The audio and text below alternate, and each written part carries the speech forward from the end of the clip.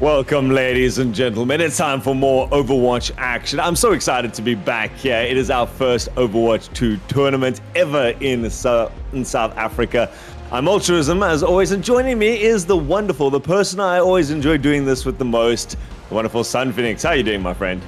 I'm well. It's nice to have you back here. Fluffy and I had to do a lot of heavy lifting yesterday, so it's good to be able to, share the load a little bit and let Altruism come in and work his magic.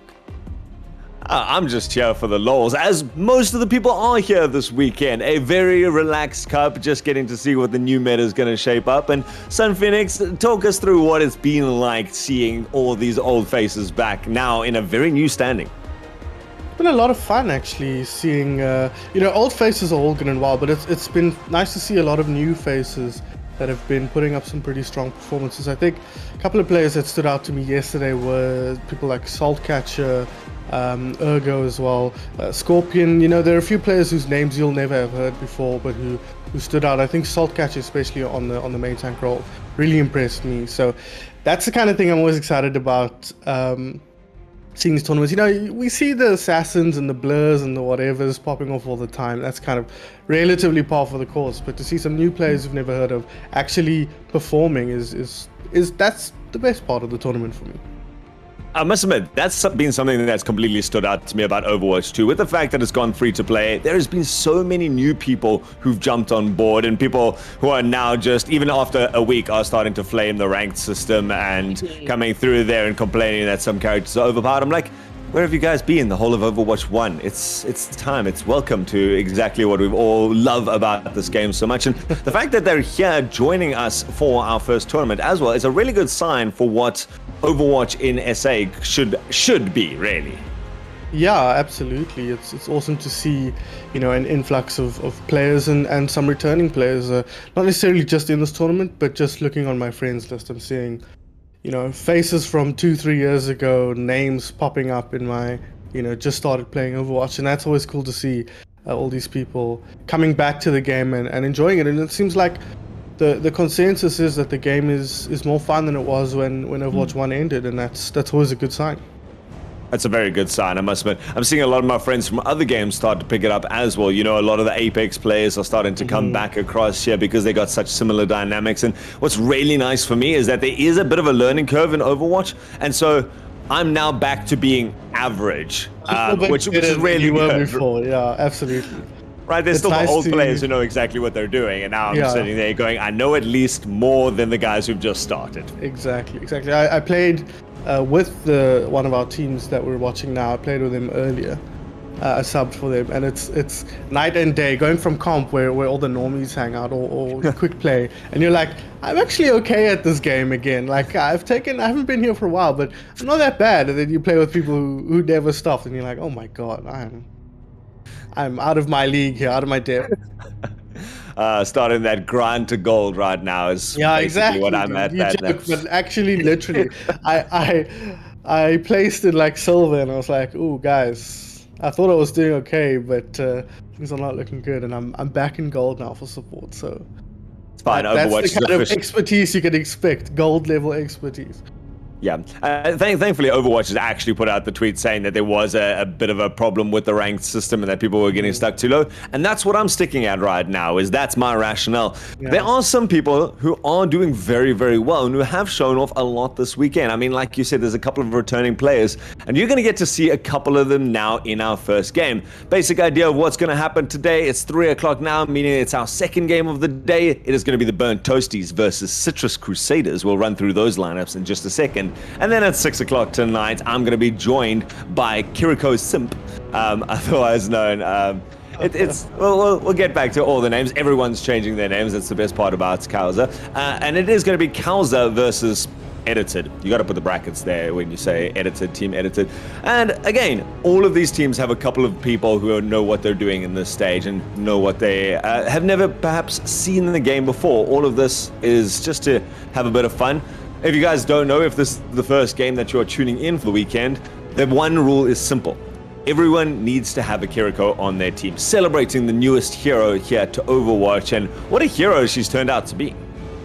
Yeah, absolutely. Having played a little bit of her in quick play, obviously not available in comp at the moment, but she's been a lot of fun to play. You know, another one of the support heroes that can dish out quite a bit of DPS if you've got the skill to do so. And we're kind of still figuring out how exactly she fits in to the lineups. You know, is she main or flex support?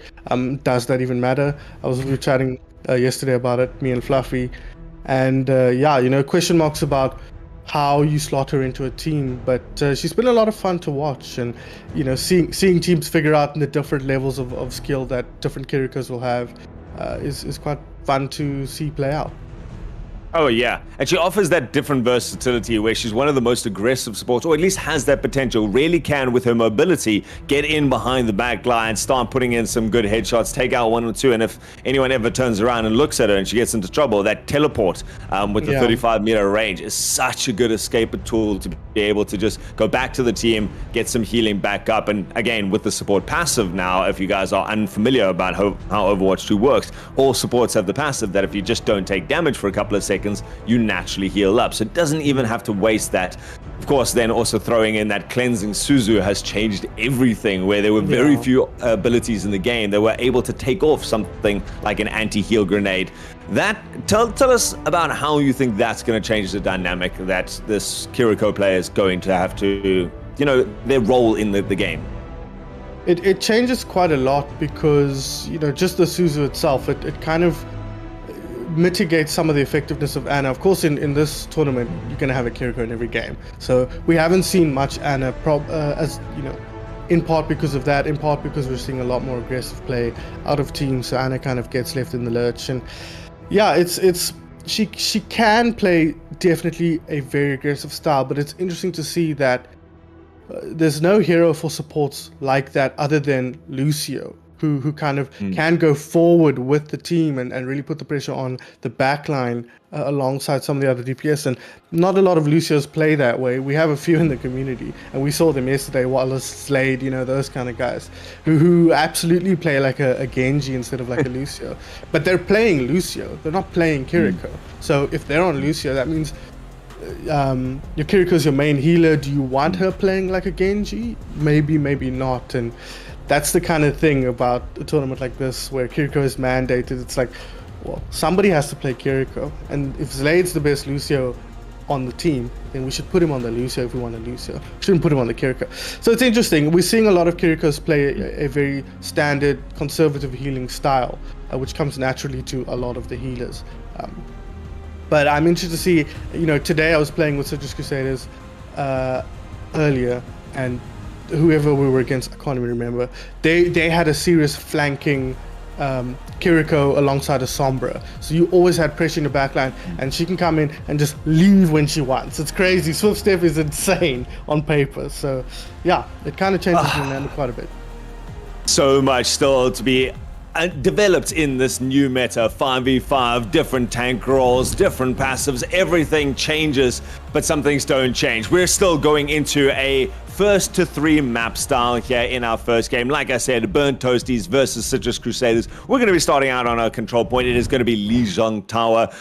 Also, always that map that has so much diversity between it. And just before we get into this game, let's take a quick run through these two teams. Burnt Toasties coming out with Defect, Cubic, Rexu, Horizon, and Phoenix versus the Citrus Crusaders, led by Blur, Terran Lord, Stevie, Parasox, and Lexodian. No Defect here worth noting. He was just subbing for them earlier in the week, so it will be Enthusiasm back in. Interesting to see. Eyes always in Overwatch 2 right now, at least in the Kiriko Cup, on the Genjis, but also eyes on Rexu. He was critical in their first match as a kind of tool that they could use to open up, to create problems for their opponents, and almost brought them into a reverse sweep. So Rexu going to be important, Cubic going to be important, and tanks, as always, a very critical part of Overwatch. Indeed, another person you said off screen was going to be so pivotal and such a popular pick is the Pharah. Rexu taking up that right now and taking out Parasox at the beginning of the fight. Really nice aerial prowess and a difficult hero to take down. We also see a Sombra coming through there. Stevie picking that one and going to be causing havoc. Rexu still being the one to create all the problems. Enthusiasm now charging forward on the Orisa, just taking control of that sport. All the changes to Orisa, making her so much more mobile, able to charge forward and take those positions. And it is going to be Burnt Toasties picking up the first selection of the point, getting that percentage ticking over a little bit. Citrus Crusaders still hanging around, trying to contest. A lot of damage taken by Blur, and Stevie so far unable to get any sort of critical hacks to open up an opportunity for the team. Yeah, Sombra not that strong against Orisa when compared to some of the other tank lineups. So Stevie's struggling a little bit to find value here, but you see Terran in the backline here trying to get rid of this Mercy. You take the Mercy down, you take the Farah down. That's team fight pretty much over, but Stevie will find Akuma, so healing now limited. It makes it very awkward for Mercy to find value in these fights, so Burnt Toasties will have to be careful here. Point flips now though. Cubic managing to get up that Dragon Blade, did manage to survive out after Steven hacked out of the ultimate. Rexu, who has been doing so well to get damage in there so long, still pushing out damage, but not with the ultimate, maybe saving his life. Still staying alive so well, pocketed there by Phoenix. The team dominating the skies and being able to clench it up here, force the Burnt Toasties to get the point back in their control.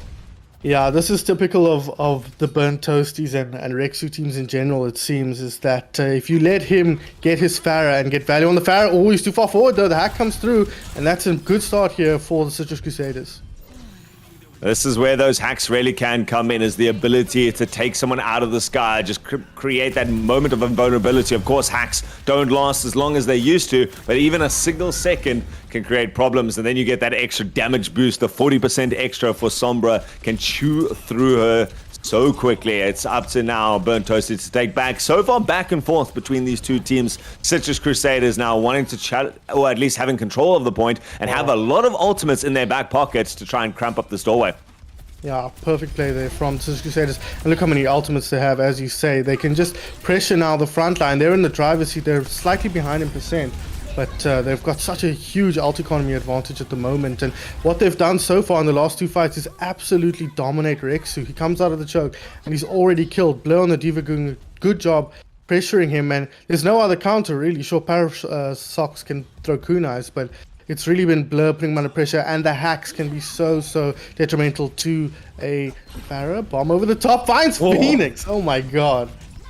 Man, that was just a pull and pray kind of Diva Bomb in the back line, but taking out that support means Rexu now without the support, and with Rexu sitting on this ultimate, would have loved to have had a Mercy to back it up. Still, Burnt Toasties able to build up some ultimates their own. We're going to have the Kitsune rushes from both of these Kirikos at the beginning, but it seems like we're starting it off with Lord of Terran pulling out the blade, actually just deciding to go back, decides to take out the counter Genji, not managing to find out a single pick there, Blur being the only one to secure anything like this, and an optimistic Rez coming out there, counter Dragon Blade coming out from Cubic, slashing, dashing, does manage to get one more successful pick than his opponents, taking out the Lucio. Lexodian dropping there, still trading kills back and forth. Enthusiasm takes out Parasox, Phoenix falling, and so down a support each. Lord of Terran causing havoc in the backline, but these final ticks are just so difficult for either of these teams to find out. Rexu drops justice from above, just clearing out the point. Does manage to get a kill on Stevie with that extra boost, but so low is everyone on the point. Citrus Crusaders unable to clean up any of those last couple of kills before Burnt Toasties is able to pull it back with 99% on the clock. Yeah, again, not to fix it on one thing, but Rexu getting raised in the middle there by Phoenix really turned that around from them. And of course, with Kiriko in the game, you can drop the Suzu and basically guarantee a res. So if she has Suzu on cooldown, it's got a pretty decently lengthy cooldown. That is something you can fairly reliably pull off. But you see Blur, the way he's playing, putting the pressure there on the high ground, now the EMP over the top. Well, EMP starts it out there. Stevie opens it up here. Cubic still trying to trade it out. Going to play with his life. And Citrus Crusaders only picking up 2 kills at the beginning of this. They haven't been able to get back to this position, but they just need to do it once. Phoenix going down as well. Pivotal pick there. And it means that Citrus Crusaders now have a little bit more support. The double boop! They're both of the support players from Burnt Toasties going down there. Lexodian going there to pick up the hat trick, just sitting as an impenetrable wall on the edge there, is eventually going to go down to Cubic. And while Citrus Crusaders have just managed to turn it around, overtime ticking down there. Stevie managing to get back onto the point here. It's anyone's game. Rexu drops another one from the top and picks up a triple kill. Burnt Toasties managed to pull it back. They had 50% to come through there. And even though Luxodian did so well, it seems like Burnt Toasties wanting to clean this up right now. Man, Rexu is just too good on this hero. If you kill him first, you've still got to pay attention because time to kill is a little bit longer in Overwatch 2.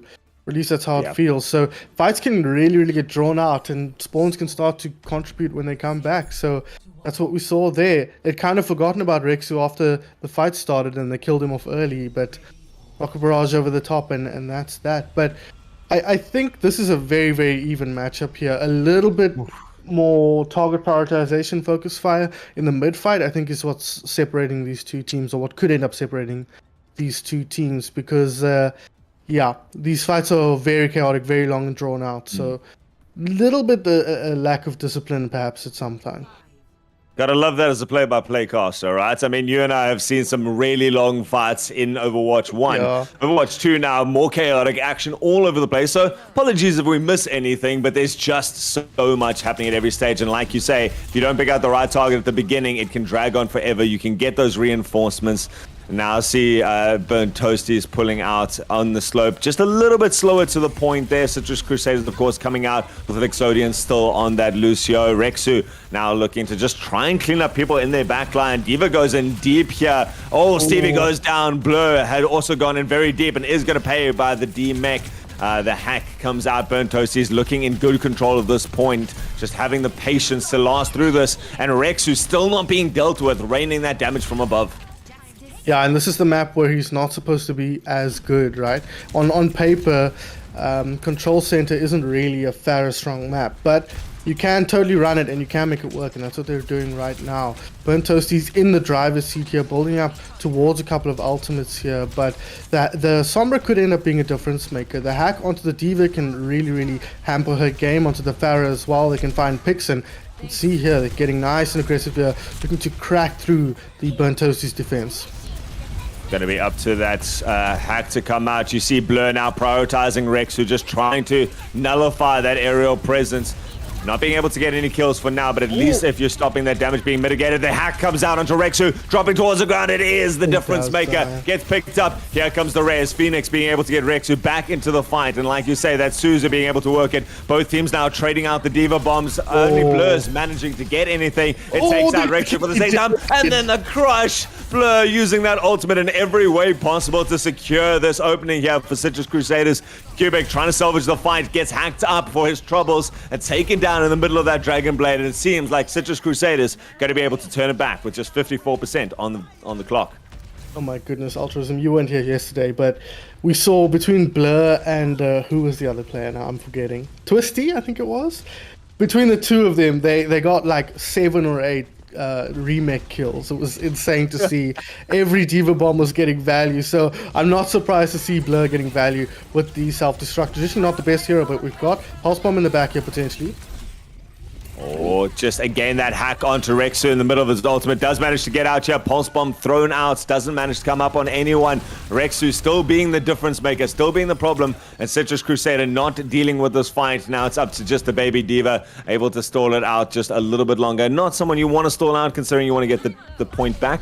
But Burnt Toasties look to just drag out these fights, or at least hold the point for longer. And then even when they lose it, able to turn it back quite quickly.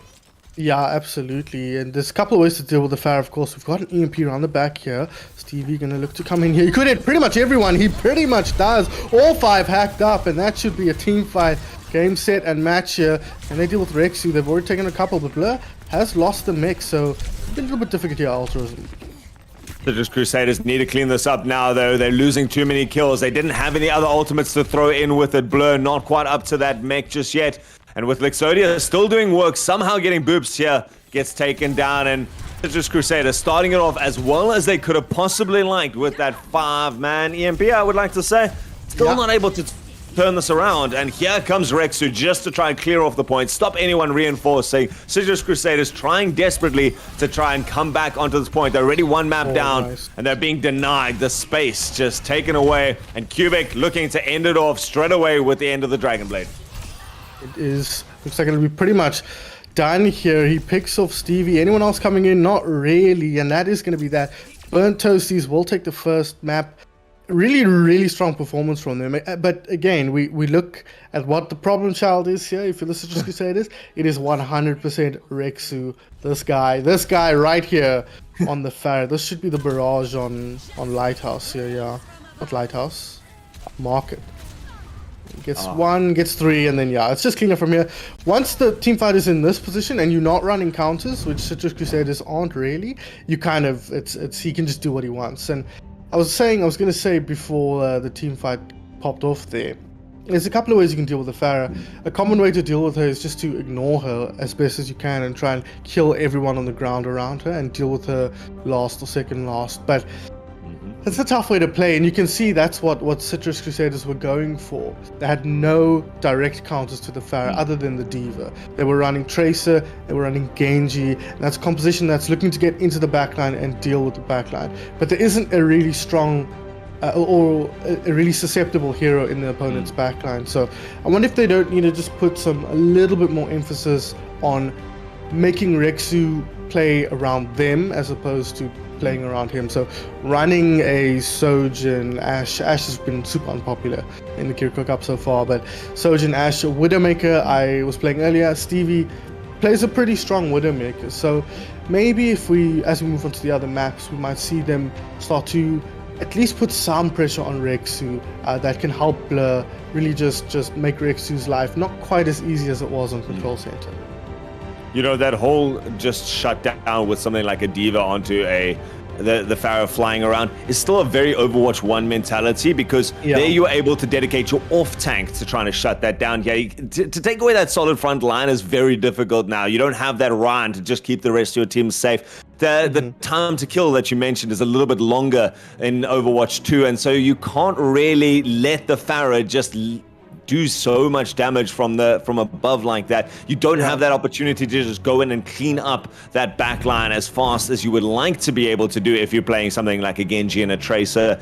We are now going to New Queen Street, and this is a place where Farah might have a little bit more problems because of these extra sight lines. Lijiang, both of those maps, as soon as the Farah has so many little cubby holes to tuck into, it's difficult to be able to take out of the air. So Rexu, it's going to be interesting to see still if they are the impactful player. And if you guys are new to Overwatch 2, a new game mode even coming to you now. Push being the opportunity. Single objective, you got to move it back and forth. As long as you're alive, your robot keeps moving forwards. If you die, it's able to turn around. Team that gets the longest distance pushed at the end of the map, a very set time frame as well compared to a lot of the other maps.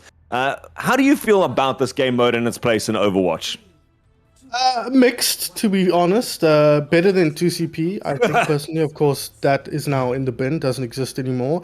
But still, maybe the worst of the match types. It can be very snowbally. We saw this a lot yesterday. If you get a decent push on, it's really, really hard to push back because you have to win multiple fights in a row, and if you're spending ultimates to win the fight on your defense, you have to spend more ultimates or not have them to win the fight on your next push. So that can make it really difficult to actually recoup the losses. But speaking of losses here, Stevie will be the first to drop. They've already beaten Dembek Ultras, and this fight's almost over.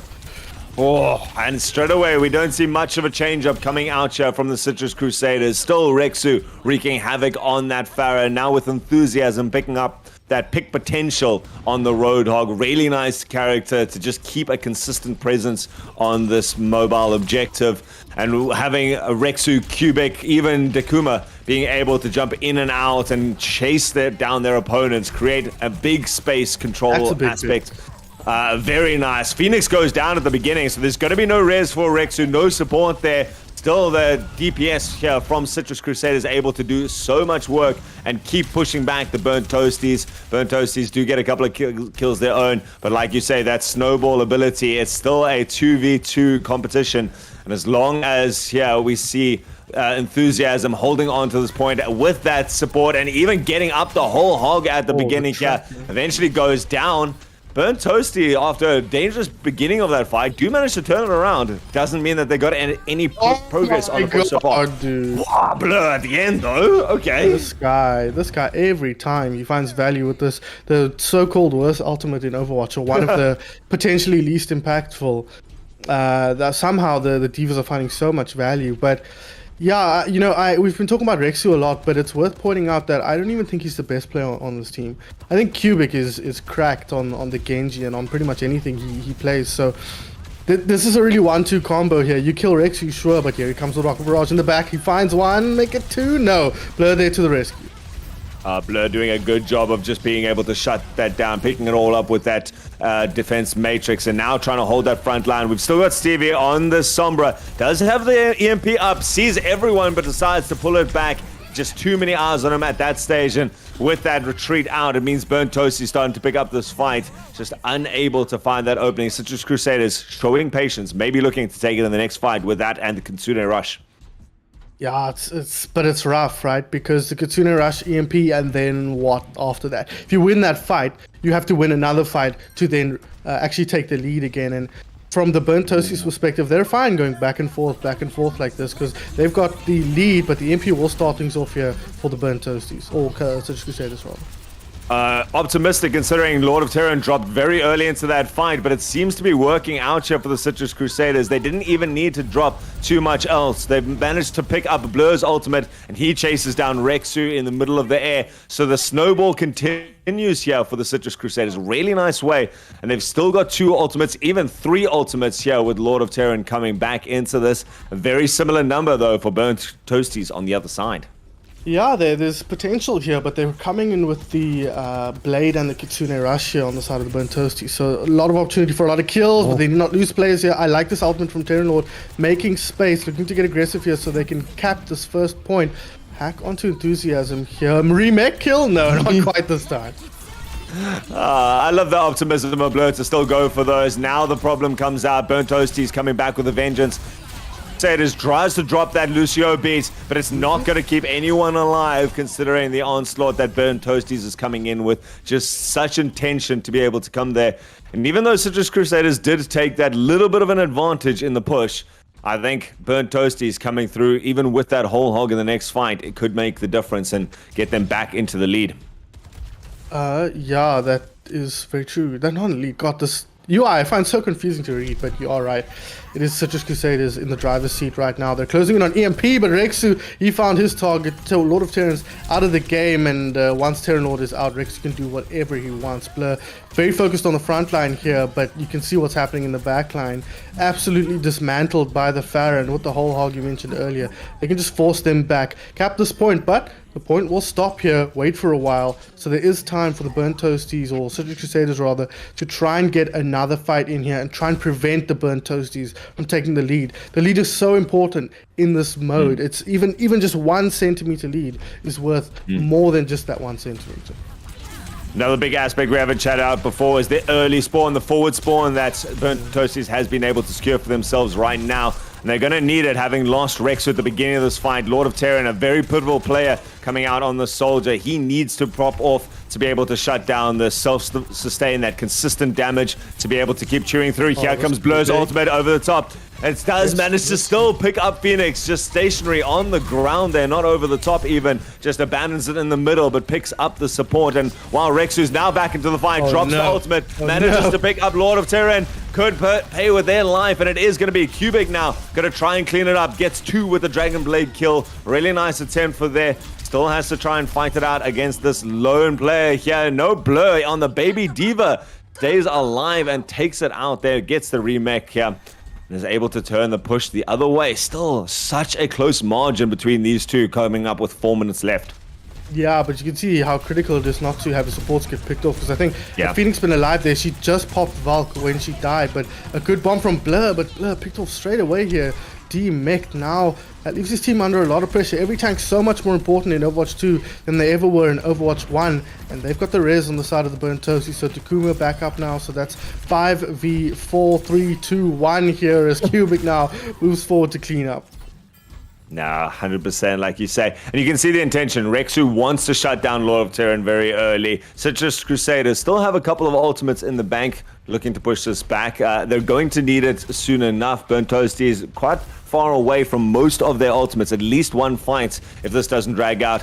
But it's all about how you start it off, like you said. Can you get those early picks? And this is a good pick to start it off. You talked about the importance of taking out that support player. Lord of Terran picks up Phoenix at the beginning here, gets another one there with the help of Lixodian. The turnaround kills are coming out though. Burnt Toasties able to clean it up between Enthusiasm and Rexu. Rexu just getting so much value out of these barrages. But it's the damage as well, right? Because he used barrage in the last fight and he got nothing, and he's already got it again, which is a testament to how much damage he's doing in team fights. In spite of the fact that he's playing into a defense matrix, Blur can't afford to spend all his time focusing on Rexu, right? He's got to mitigate damage from all sources, and like you said, no two tanks, only one. He has to play main tank. He can't play like an off tank anymore. There we go again. Cubic, another player building up their ultimates so quickly, gets out another Dragon Blade within a fight and a half. Doesn't manage to get anything thanks to Lixodius. Nice. And yet again, it's Blur coming in, the difference maker, dropping that pulse, that bomb over the top there, and managing to get a punch on Phoenix. That's 4 kills for him. And now with Blood Intent coming through there, looking to chase down the rest of them. Oh man, a single ultimate countering out basically everything Burnt Toasties threw into that fight. Well, it was 2 ultimates, right? It was actually Stevie with the EMP that really secured that fight for him. Hog would have been able to live with the take a breather. A couple of other players may have been able to use their abilities to get out. But great EMP from Stevie. Good heads-up play, because that bomb was just a, oh god, I need a remake bomb. So nice work from them. Rexu, though, in the sky here, a real issue. They're all losing players on the other side, but I think Burnt Toasties is going to be happy to push this back. And you see the lead they've got. They can fight here for the rest of the game, right? 1.5 minutes. They'll be more than happy just to hang out here, take fight after fight after fight, chaotic fight after chaotic fight, and just win out that way. They don't have to push it to the end. They just have to be in the lead when the timer ticks to 0. Yeah. You talked about what a close, great hook there to finish it off. You talked about how close this matchup is, and we're seeing it here. The fact that they are stalling out at that midpoint, and you also talked about the fact that it's so difficult once your opponents have that lead, especially when you've started to push quite a big lead into your opponents, unlocking now the forward spawn. To get that back is you don't just win a single fight. While Citrus Crusaders are able to get something like a good bomb over the top, it's really difficult to transition that into something else. Blur trying one more time and still somehow manages to get kills, picking up double kill at the beginning of this. Cubic and Rexu, of course, both picking up their ultimates by the end of this. And while Blur is trying hard to lift this up, it's still the rest of Citrus Crusaders who are taking damages on their side. Blur staying alive, trying to actually keep on this pressure. Phoenix under a lot of pressure from them. Parasox ends up cleaning that up with a double kill. And with 30 seconds left, this could be the last chance for Citrus Crusaders to try and bring this back, already being 1 map down. Yeah, that was a critical team fight win. That's the team fight win that's the hardest to get. It's the one you get after you've pushed them back the first time. And they managed to do that. They're coming in with EMP, they're coming in with COWZA, and they've got the forward spawn. So Terran will be able to rejoin soon. But now they've lost Para. This could be tough. Do they take the fight right here? They're going to have to, because they need to win this one out. Desperate ultimate thrown out there. Great EMP to start it off. Terran Lord is sprinting towards the front line. They've already baited out their res from Phoenix, but the res has been enough. Rexu back in, and everyone picking up things. Let's see Terran Lord. No! Couldn't get there in time, but it was a Hail Mary play. Look at that. You can see on the screen right now. 5 players, 5 red players, and just Terran Lord sprinting on in there with the ultimate. But yeah, it's rough, and they haven't really dealt with Rexu in the sky. And when you don't deal with Rexu, it means Cubic can also do what he wants, right? Sure, we're getting a little bit on this Pharah, but the Pharah doesn't even need to do damage and get kills if he's just pressuring the opponents a lot and allowing space for Rexu. I didn't get a good sense of the Roadhog and what that was contributing, but I mean, how bad could it have been? They ended up winning that out. And what the Roadhog does do is it allows Enthusiasm to play solo, play a little bit more self-sufficient. He can put his fat body on the robot, prevent it from moving forward, and keep himself healthy while his supports are focused on other things. And that makes a lot of sense when you're running a pharmacy. Phoenix doesn't want to be looking down at the ground every time trying to heal up the idiots on the low ground. She wants to really just focus on maximizing the effect that Rexu can put into the game. And it's tough to play Mercy when you've got a Kiriko as your other healer whose healing output, while decent, is not on the level of a Moira or an Ana or a Baptiste, who can really just hang out with the main tank and keep them healthy sometimes. So it's rough, and you can see the effect that Pharah has on the game. And it's something we see in the cups like these a lot. You know, Kiriko cups we've had in the past. Who was a Stalker coined, as far as I know, the term Pharah abuse, and it feels abusive because if you happen to be drafted in your group of 5, not a very, very strong hitscan player, it can feel like no matter what you do, a Pharah just dominates you. And that's why sometimes if you drafted a strong Pharah player, you're like, oh, sick, yes, we've got one of the better Pharahs. We can really leverage that to give us an advantage in otherwise difficult situations where, you know, we don't know Enthusiasm. He's probably not on the level of a Blur on that tank role. Very few people are. So, you know, that's kind of a fascinating dynamic. We're balanced skill ranking wise, but there's more to Overwatch than just SR, obviously. Yeah, those couple of very key impact players can change everything. While Blur is getting a couple of really nice big ultimate kills, doing a lot of damage mitigation, there's just too many sources of damage to try and shut down here from Burnt Toasties' side. You've got Rexu and damage from above. You've got the Roadhog who's standing in your face trying to pick you out at any stage. And with that hook combo, it is constantly a threat that you need to be watching. You've got Cubake bouncing left and right at every stage. You don't know where to look. And even though you got someone like Lord of Terror, and also a very good player who's trying to shut down and put on that consistent pressure everywhere, if you've just got nowhere to really be safe in your lineup, you can group up, you can try spread out, you're looking up, you're looking left, you're looking right. There is no safety to be found so far here.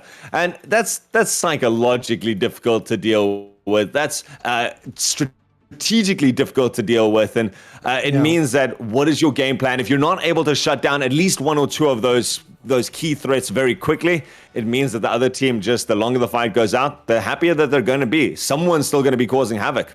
Exactly. When you've got a 1-2 punch, multiple threats that need to be dealt with, it becomes really difficult because you can just split how those threats are approaching team fights. So looking at what we've got now, we can see Citrus Crusaders are trying to find a solution. The whole time we've been watching them, from today, I played with them earlier, and from yesterday's match, it's been Stevie on the Sombra. But they're clearly struggling to put pressure onto Rexu, so they're trying to find a different solution. Okay, Stevie's like, let me play the Cassidy here, see if I can pressure the Sombra down a little bit. But the Pharah down a little bit. Rexu, though, he's going to open with a Minimaker here. It wouldn't shock me if he does 1 or 2 shots and goes back. Phoenix is on the Mercy, so there's a very good chance that is what is going to happen. He'll switch back to the Pharah, but he's getting bored of just winning easily. He wants to try something different, challenge himself a bit here. Too easy, right? Too easy right now. We're here to have some fun. We're here to try things out. And how many times do you really get to play an impactful Widow in that play? Very interesting swaps up coming up from Citrus Crusader. They've still got that Sombra, but it's Lord of Terran who's picking it up now, with Stevie swapping across. Blur still adamant about this Diva to come through. Rexu trying to put in damage here, has come down to the low ground, does manage to get that pick off onto Stevie. Just very content to sit here. Gets one clip there on the Lucio, looking for the Sombra. Goodbye, flick shots. Oh man, that's just showing off there, Rexu, just making it look easy right now. And it seems like Citrus Crusader may give this up on the first push. Yeah, you can see Blur's target prioritization is so strong. He was the first person right at the start to identify where... Oh, you see he's built up an ultimate already. That's pretty crazy. He gets a double here. I don't think it's enough to come in for a respawn here. Stevie now on the Tracer, looking to just keep it alive, buy time for the team to get back, and he has done so. But the respawns and the res will come out for the Burnt Toasties, and they should be able to just push them back. And yeah, Citrus Crusaders will have to back up here and defend. But you know, Blur's trying to put pressure onto Rexu at every turn, always moving forward, but it's awkward for Terran to do that. He kind of wants to pressure the Diva back as well.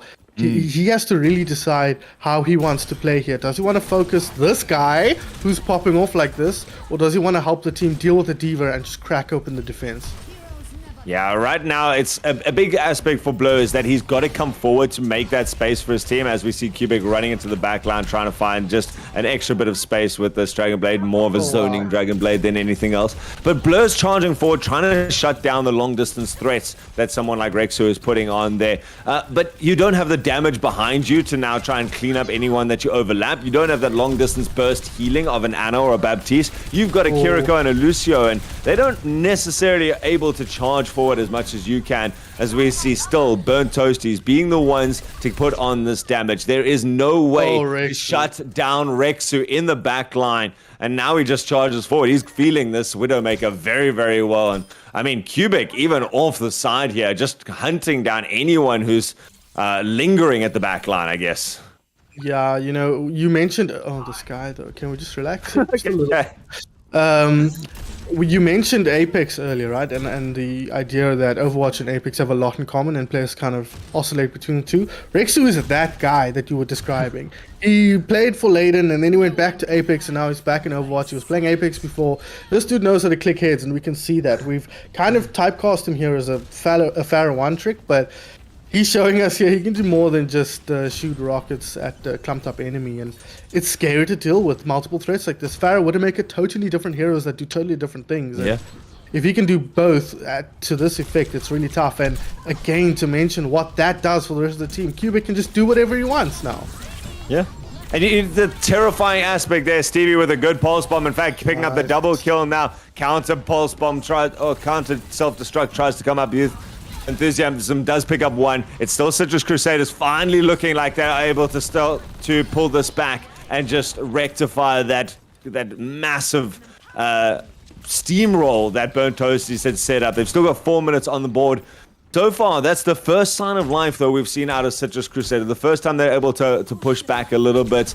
Blur even tentative to try and charge forward to Rexu, because as soon as he does, there's 4 people who just see him coming out and come forward to clean him up and then go back to causing havoc in the backline. Rexu unafraid to take any flanking angles, even dueling it out with the Tracer, and has a lot of support behind him. Here comes the Kitsune Rush from Burnt Toasties. Combine that with the Dragon Blade. That is a quick slash that's coming out from Cubic. Does manage to take out the Tracer at the end. And the rest of Burnt Toasties is able to profit. Blur picking up the 1 kill from his self-destruct. A lackluster one compared to his other ones, and those other ones weren't able to get anything out of it. This one still not able to turn the tide here and bring Citrus Crusaders back in. Yeah, they're in a tough position here, Citrus Crusaders. They kind of have to stall out for as long as possible. They've got the Lucio now. They've got Stevie switching onto the Sojourn here, just trying to find solutions to the damage that Rex is putting out, but he switched onto the Cass now, so a lot more frontline damage, a lot more pressuring, and you can see the way Cubic's playing with such confidence there, standing on top of the card, just throwing shurikens at them and not really feeling like he's gonna drop. That's amazing that you've got a Genji frontlining and doing well at it so far. Blur finally charging forward with those rockets, able to take out Rexu, get some some revenge. Parasox a little bit far forward there, trying to get the damage in with those kunai, but pays with his life. Enthusiasm going to show that he also gets some self-destruct kills, and it's just Citrus Crusaders being hunted down left, right, and center. The presence on this point here from Burnt Toasties, they have not wanted to step off at any stage, and even at the end, an unnecessary blade perhaps. And it is, yeah, it doesn't even need to pick anything up. Enthusiasm showing proficiency on the Diva this time. Yeah, it's so nice to play tank when your DPS are making space for you like that. And he hasn't really had an opportunity to shine, Enthusiasm, because, you know, Cubic and Rexu are doing such an amazing job. And, you know, I don't like to fixate on 1 or 2 players like this, but it's so clear that if not the difference, at least the way they're playing, they're exerting themselves in the game in such a big way that it's hard to, you know, look at anything else and be like, that's the problem we need to solve. And you can see that the heroes they're picking here, they're running the Tracer Sombra, trying to just pressure the backline. I know Blur likes to play to pressure the backline quite a bit, and the way he's playing the Diva is like that, but it's so hard when Cubic and Rex, you can just win the trades every time. So it's a tough situation for Citrus Crusaders, and with 2.5 minutes on the clock here for the Burnt Toasties, they're gonna have to put together a pretty strong push to have any chance of winning this game. I'm interested to see that Phoenix still sticking to the Mercy, even though that there's not a Pharaoh to pocket. I mean, you certainly don't want to be damage boosting something like a Widowmaker, and Quebec is often so far forward. What do you think the role of Burnt Toasties Mercy is right now, considering they're doing so well with it? I think Phoenix is very, very comfortable on this hero. This is probably the hero she's best known for, so she'll be happy to play the Mercy if she can. Damage boosting Widowmaker is nothing to slouch at, I'll say. It's a relatively common combination because it means you can get much harder body shots and a little bit of damage then from Cubic, less than you would need if there was no damage boost. Can take down a target, so your pick potential does go up, in spite of the fact that a headshot would get kills anyway. Like, look at that. A body shot into a 150 HP hero is a kill, I think. So, yeah, putting them under a lot of pressure with that. And it means Phoenix can go back and forth because usually Rex will be a little bit away from the team. Does give you that escape for sure. Gives you the res. That's a really nice aspect here. Phoenix has been doing very well to keep up people there, and especially like you say, that damage boost when you got the big threats to Rexu is the Diva flying in there. You're not really hitting headshots all the time there. The extra bit of body shots. Blur now swapping up here, trying for the wrecking ball, trying to make something happen. Going to be able to also utilize those hacked health packs that Lord of Terran is giving here. Stevie still trying to make this Sojourn work. The railgun not really finding the picks that it needs to right now, but a bit of an aggressive push here. Lord of Terran being able to just get a bit of an angle there. Still almost impossible to push through this front line here. Quebec having built up his ultimate overextends a little bit there, and might be an opportunity here for Citrus Crusaders. They're going to need to do it quickly. Unfortunately, they still have to deal with Rexu. They will get the respawns faster though, so there might be an opportunity to come in here. I really like the ball for Blur here. You can cause so much chaos. You can do so much work on this hero, and once he gets the mines, that's going to make it very awkward to play around the point here. As we see, he can try and get onto Rexu here and pressure him, because Rexu can't kill him under basically any circumstance. But mines at the ready here. Stevie almost with the overpower, so let's see what they can get done. Some big mines to go mouse now. Blur just taking control of the point, just forcing the Orisa just walk straight through them. It has opened up some space. Cubic going down to Lixodian's little sound boost. He was separated by those mines, and Blur now doing a good job to lead the charge. Enthusiasm and falling low goods taken out. Kitsune Rush to just carry on the push. It has been Burnt Toasty sensing a little bit of blood in the water, and they use everything that they need to clean up the point. You see exactly there the effect that Blur and the ball has. He pressures down Rexu, he pulls both supports to him, and that isolates Cubic to get picked off on the front line. So this is what he can do. He can move forward, he can do so relatively risk-free, and he might even force a Sombra out. And that means Rexu's not playing the hit scan, or Cubic's not playing the Genji. So this might end up being the pick that cracks it open for the Citrus Crusaders here. Yeah, it's working well. You know, with Cubic wanting to sit so far forward, he does kind of delay that follow-up, delay the healing that's going to keep Cubic alive, and Cubic now needs to be careful. Still managing to, when he gets it right, pick off those kills. Here comes a big bombs to separate off Enthusiasm. Enthusiasm trapped in that tunnel, tries to retreat out now, does find a little bit of a side alley. Blur still trying to push back these red players. And while Cubic dodging around these mines, getting some work done, eventually falls to the mines. Rexu and Cubic both going down. Phoenix going very, very optimistic red. The Suzu comes to cleanse it off and secure that res. Now comes the counter Kitsune to try and fight it out. But it is going to be it is going to be Citrus Crusaders at least still managing to pull away with this fight, despite those Japanese archways leading the charge here. And Burnt Toasties now sent for the run. Blur just keeping the pace up here. Parasox following through there. Much more mobile composition that Citrus Crusaders keeps that entire space just in the blue hands. Oh, hybrid, that's the map type, if you were wondering at this point. You know, more than halfway through the map.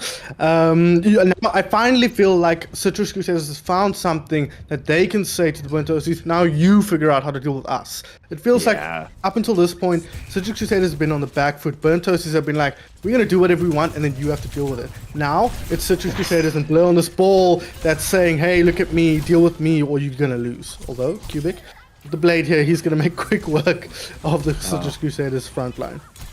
Beautiful play there. It started off with Lord of Terran trying to get into the backline and get the hack on Phoenix to start it off. And then the hook came out there. We see Enthusiasm swapping down to the Roadhog. Gets that hook instantly. And it means that there's no hack for the Genji Blade. Cubic has all the space in the world to now charge forward and get that. And with a minute 52 left on the clock, it's up to Citrus Crusaders to try to start it out there. Oh, triple kill to start it up at the beginning there. Instantly shut down that offensive attempt. Yeah, it seems like their plan is just to ignore Blur and say, just pretend he doesn't exist. If he doesn't get into the backline there we saw him putting pressure on the front line, the Roadhog, he gets hooked, it buys time for the DPS to put the damage in on the backline. If they have time, they're going to get kills, they're going to do damage. So it's not a catch-all here, this Blur ball, but let's even get anything else done here. Mines once again. Mines trying to separate off this team, but everyone from the Burnt Toasties is able to walk back. Now a side alley fight coming through there. Hack comes out there. Stevie manages to get the critical pick on Phoenix at the beginning here, and Blur keeping everyone in this little corridor. Cubic not afraid to run forward and actually pushing back the Citrus Crusaders. Here comes the whole hog talking about an ultimate that can push people back. That is a great one there. Manages to pick up Stevie. Rexu taking out Lord of Terran. So both the DPS falling here for the Citrus Crusaders. There's a sneaky little play in the back line. I thought that someone was going to go for that backup. Parasox decides to just retreat to the team. And Burnt Toasties still managed to hold it, and they only need to do it for one more fight. Yeah, 40 seconds left on the clock here, but a lot of ultimates for the Citrus Crusaders. And Blur, this is how much damage he's doing. He's almost got another minefield. He starts every fight with the minefield. This time they're going to come up with the Kitsune Rush and the Overpower here, so a lot of damage. The EMP as well, an expensive team fight, but one they have to win. But Cubic in the backline with the Blade cleaning up.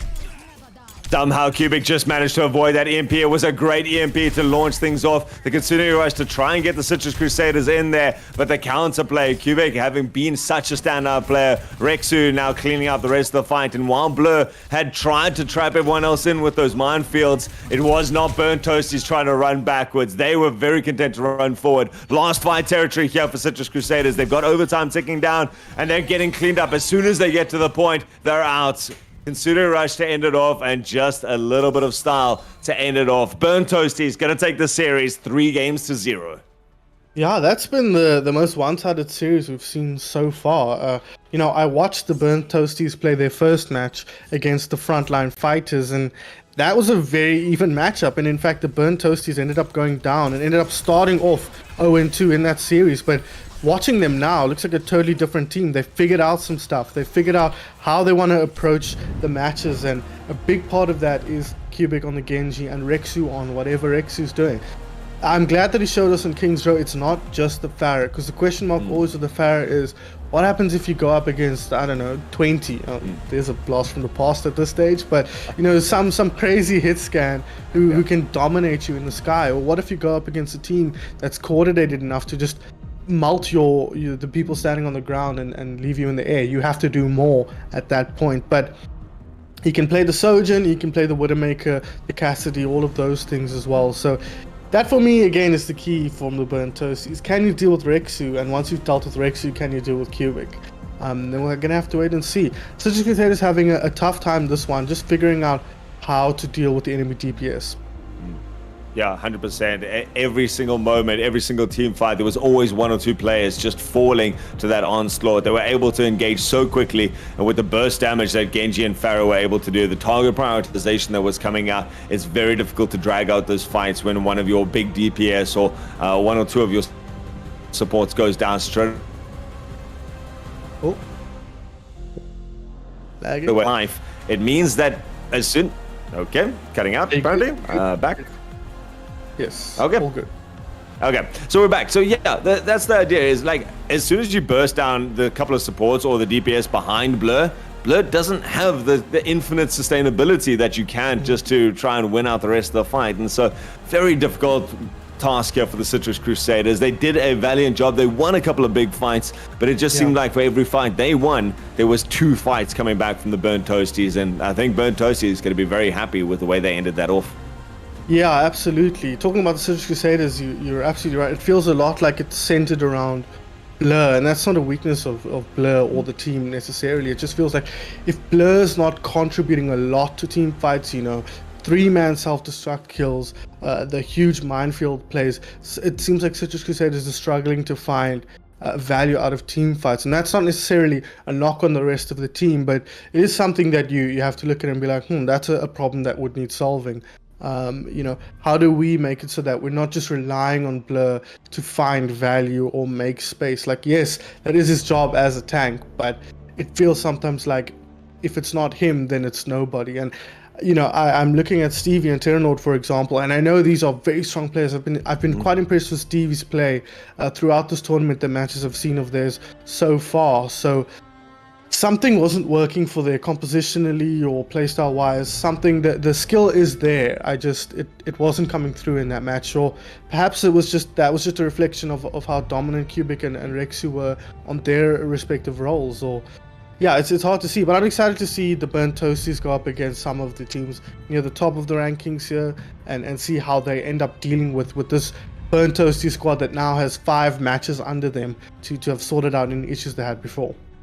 Yeah, it would be interesting. Personally, I'm really enjoying the addition of Overwatch 2, much more chaotic styles, very quick action, and it's been fun to get my first bit of casting into that. If you guys are enjoying Overwatch 2 as much as we are, Sun Phoenix, unfortunately, does get to take a break. I say unfortunately, just because it's always fun to see him. But he gets to take a break now for a little bit. Instead, at 6 o'clock, myself and Fluffy are going to bring you the last bit of action for this weekend.